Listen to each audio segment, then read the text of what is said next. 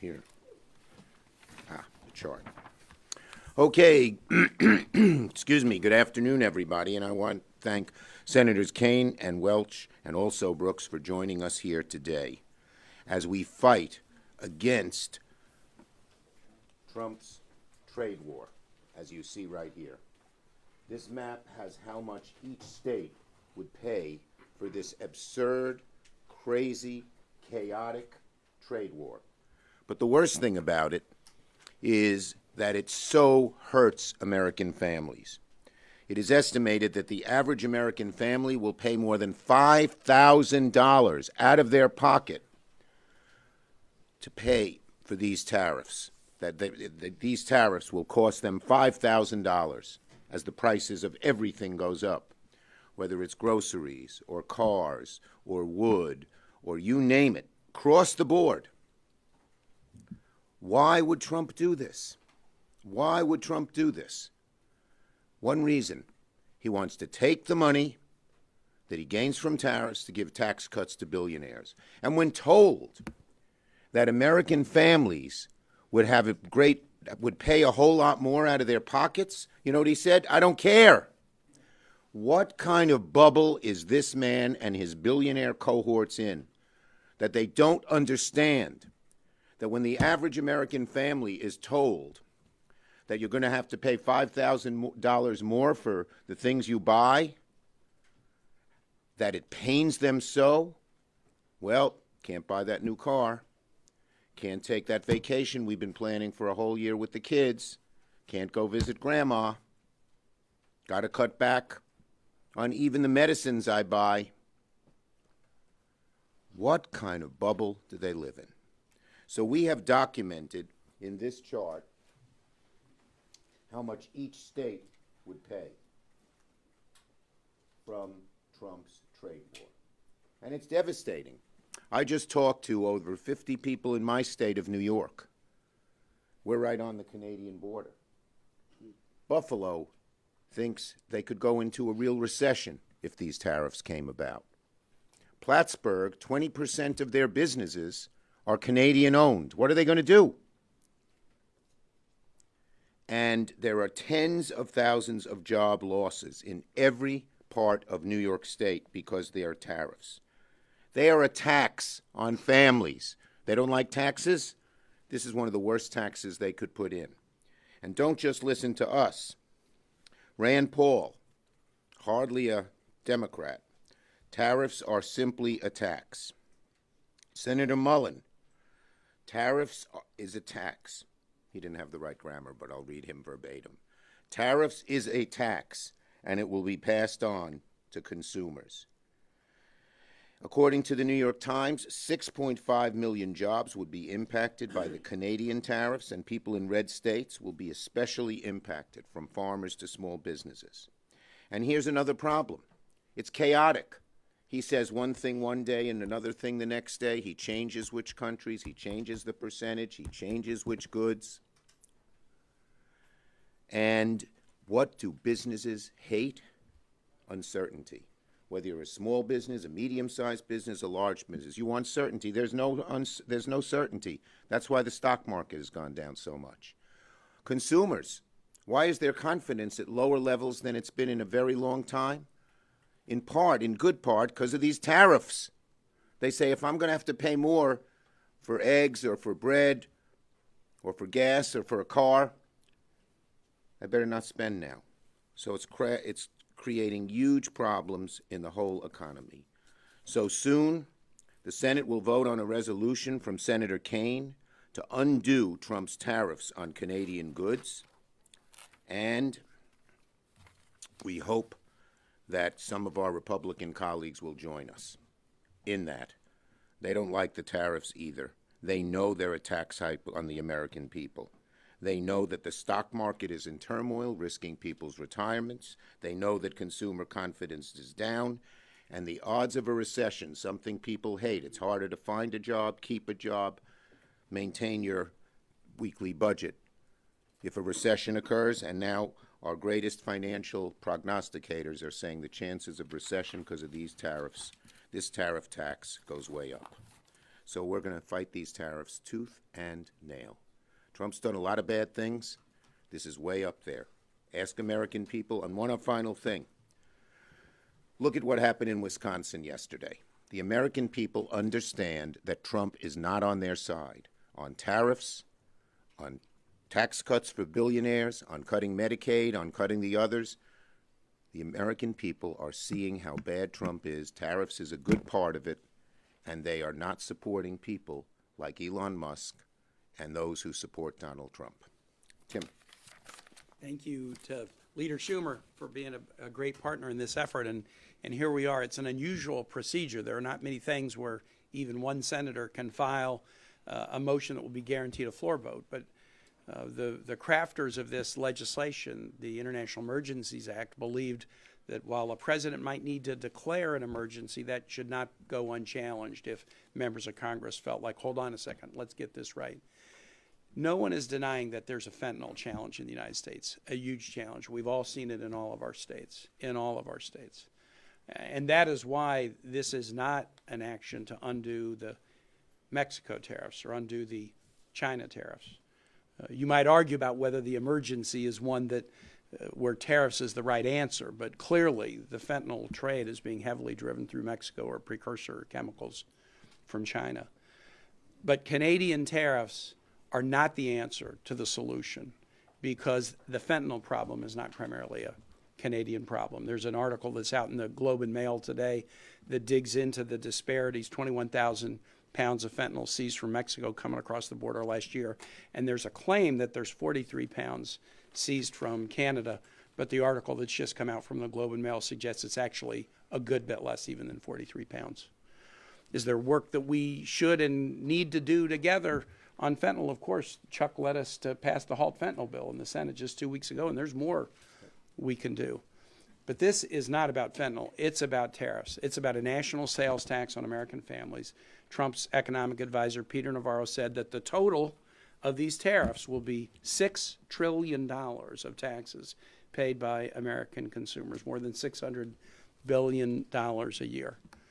I've told the story of this baker that I have in Virginia. April is her name. She owns a bakery. Some of you might know this place. It's called Mom's Apple Pie. Now, is this a good thing for a speech in the Senate recording studio? Mom's Apple Pie Bakery. April owns it. 3 locations: Loudon, Purcellville, Occoquan. I was with her recently. She said, "Tim, you got to do something about these Canadian tariffs."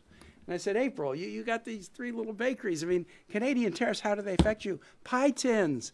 All aluminum pie tins, they all come from Canada. You increase the price of a pie tin by 25%. And it's even worse if you have a can of beer with your apple pie. There you go. Or try some whiskey or something. The pie tin goes up by 25%. And she said nobody has to buy an apple pie. It's to celebrate somebody's birthday or a party. And if the price of a tin goes up by 25%, I sell fewer pies. I may have to lay people off. She's been through it in round 1 with Trump's tariffs in the first term. My largest business in Virginia is the shipyard, Huntington Ingalls Shipyard in Newport News. Ships and subs, critical to our nation's security. 35% of the aluminum and steel that are used in U.S. ships and subs comes from Canada. The other 65% is American-made steel. We're having a hard time producing ships and subs on time and on budget now. These tariffs kick in, it's going to get much worse. I'm very, very proud that this is a bipartisan bill. Rand Paul is an original co-sponsor of the bill. He's going to take the floor at 3 o'clock today for a half hour to talk about this. But I'm also proud with the number of stakeholders that have signed on. This morning, the U.S. Chamber of Commerce signed on to support SJ Res 37, the AFL-CIO, the sheet metal workers, the steel workers, the U.S. Conference of Mayors, the National Taxpayers Union. Mike Pence started a think tank after he stopped being vice president. I think it's called American Freedom Alliance. They came out yesterday. Vice President Pence's think tank came out to support SJ Res 37. We have support left, right, and center because people don't want Americans to have to struggle to pay more for groceries, pay more for building supplies, pay more for apple pie, for God's sake. I'm really happy to be joined by Senators Alsobrooke and Senator Welch, and I think Senator Welch might be up next. He is. Yeah, thank you very much. Nobody supports tariffs economically. Economists have looked at this, and they don't work, and they do a lot of hurt. So what we have with the Trump policy here is essentially a faith-based economic plan. There's no evidence that it works. There's overwhelming evidence that it fails. And the American people are going to get a history lesson starting very soon about Smoot-Hawley, two names that don't immediately come to mind. But it was just before the recession that the U.S. had the highest tariffs in our history. And those tariffs were put in place by the president who got it wrong and thought this would help us. Well, it helped us usher in the Great Depression. And since then, presidents on both sides of the aisle have steered clear of these trade war tariffs until President Trump.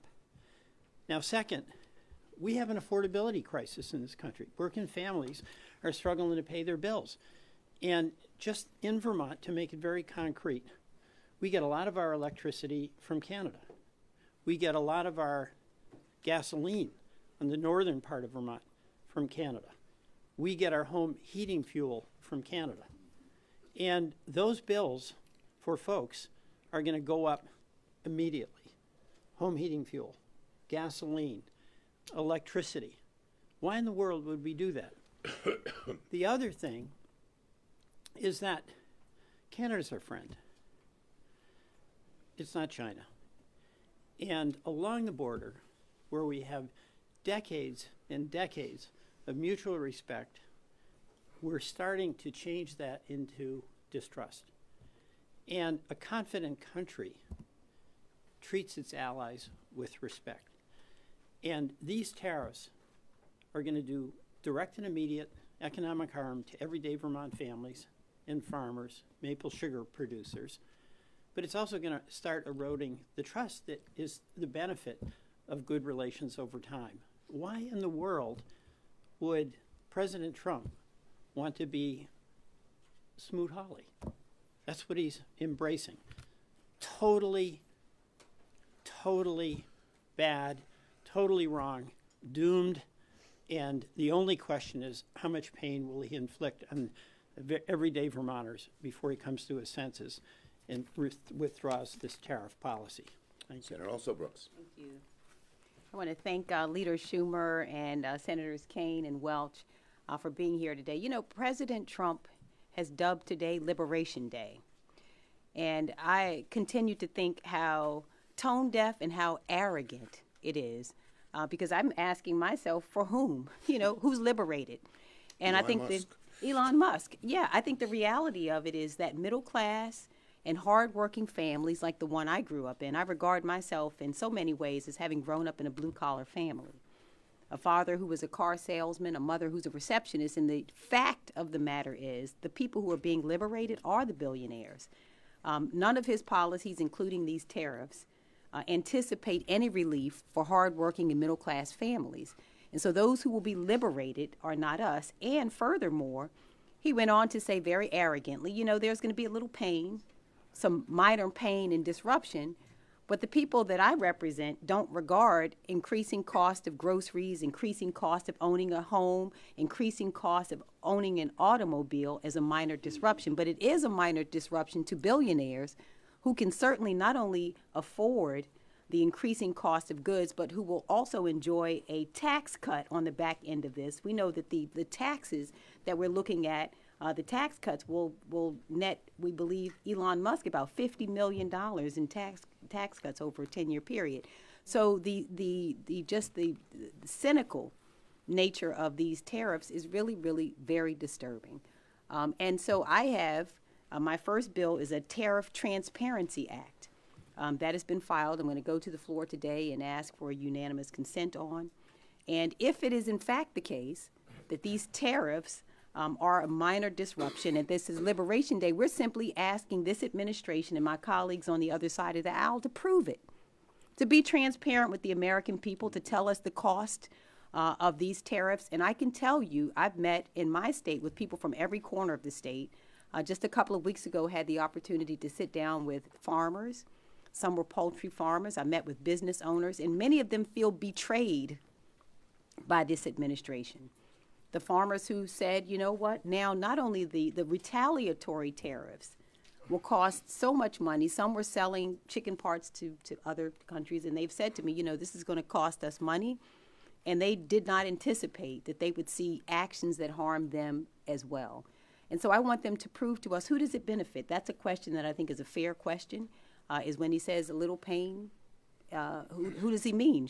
Who should sustain the pain? And I would say it absolutely should not be the middle class and hardworking families of this country who pay for the tax cuts for his billionaire friends and who suffer beneath these tariffs. And so we say, again, if it's a minor disruption, and this is Liberation Day, we just simply want to know who should be liberated. And I think that the Transparency Act will show us that.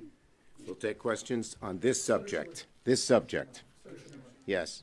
Quick question. About 3 weeks ago, you said that as Trump becomes more unpopular, that Republicans will wake up and they will start to break from him. Do you think the fact that Republicans are joining Senator Kane's resolution on this shows that Republicans are waking Well, look, up? the number one factor in terms of Trump's unpopularity is the American people. And he is becoming less and less popular, particularly on issues like this, on the economy. His numbers are underwater rather significantly, depending on which poll you do. And once the American people say, I don't want to embrace somebody, I don't want to vote for somebody, I don't want to support somebody who embraces Trump's policies, things begin to change. But public sentiment is everything, and we are letting the public know in every way we can, fighting every day on how bad the Trump policies are for them. Yes, in the back. Schumer, a lot of dairy producers in New York and Vermont, and as you know, dairy producers have faced import restrictions in Canada. Is it fair for Trump to use some leverage here to get Canada to Look. reduce its trade barriers on dairy? Look, are there certain tariffs that make some sense in a specific area where we're being treated unfairly? Yes.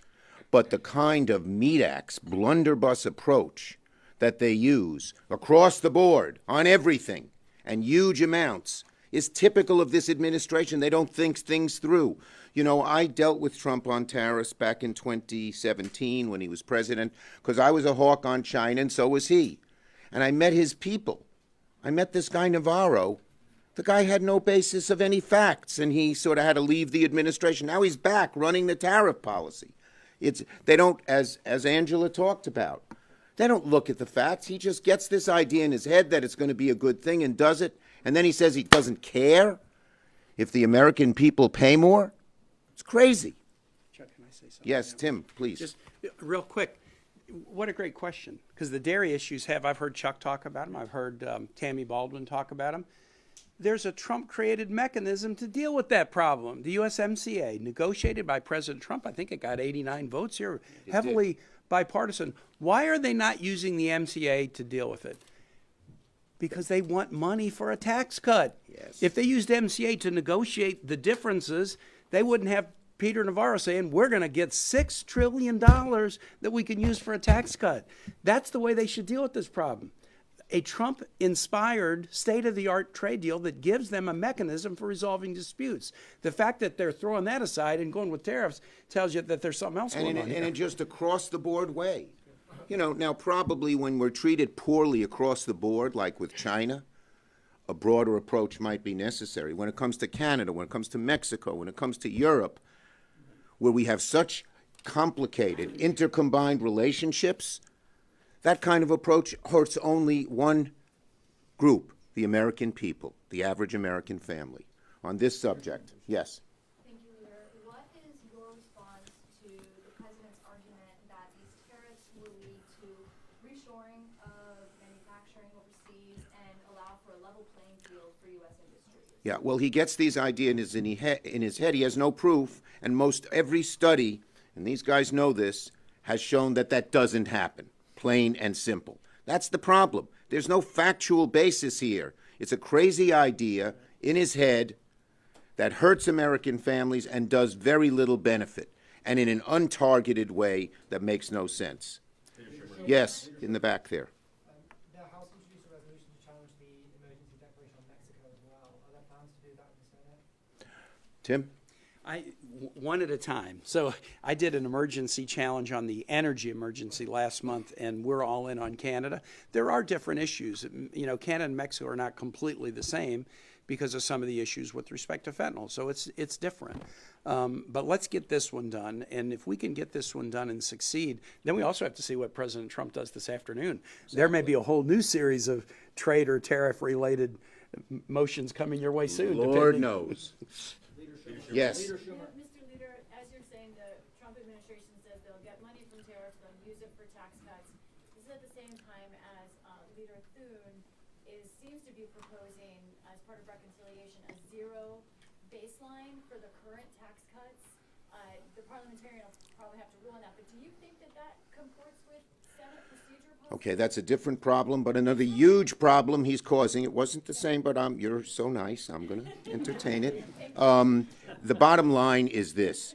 If they go through current policy baseline, it will increase the deficit on the United States by $30 trillion, virtually doubling it. And who's going to pay the price? Us, our children, our grandchildren. It just makes no sense. It's hocus pocus. What Mr. Chip Roy, looking for the beard, Chip Roy called it fairy dust. It's a scam.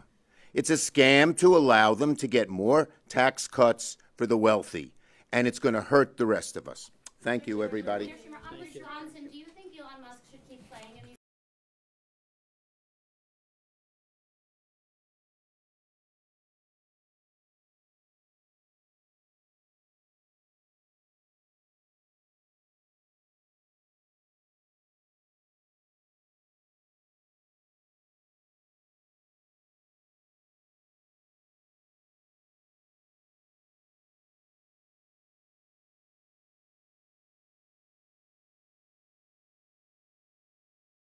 Donald Trump is pressuring Tom Tillis to give billionaires another tax break, paid for by cutting Medicaid and making your health care more expensive.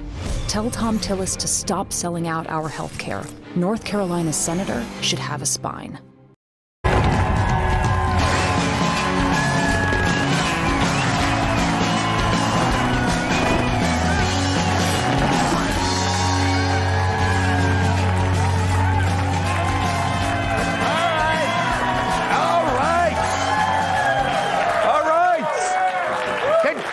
Control yourselves, or I'll have to ask you to come over.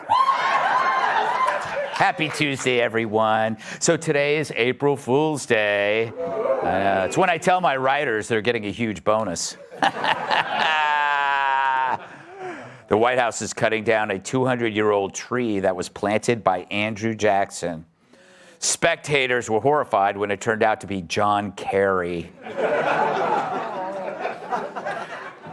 Accidents will happen. On Sunday night, President Trump deported more gang members to El Salvador, including child rapists and convicted killers. It's all part of a bigger plan to make El Salvador more like Times Square. True, you know. President Trump says he invited longtime critic Bill Maher to the White House as a favor to his buddy, Kid Rock. Kid Rock returned the favor by showering. Well, not going to get him on. Yeah. Burn that bridge. While at the White House, Trump and Kid Rock announced they're going to fight ticket scalping. Did someone say scalping? Asked one woman.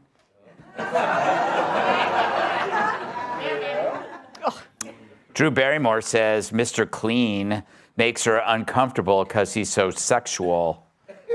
Wow, Mr.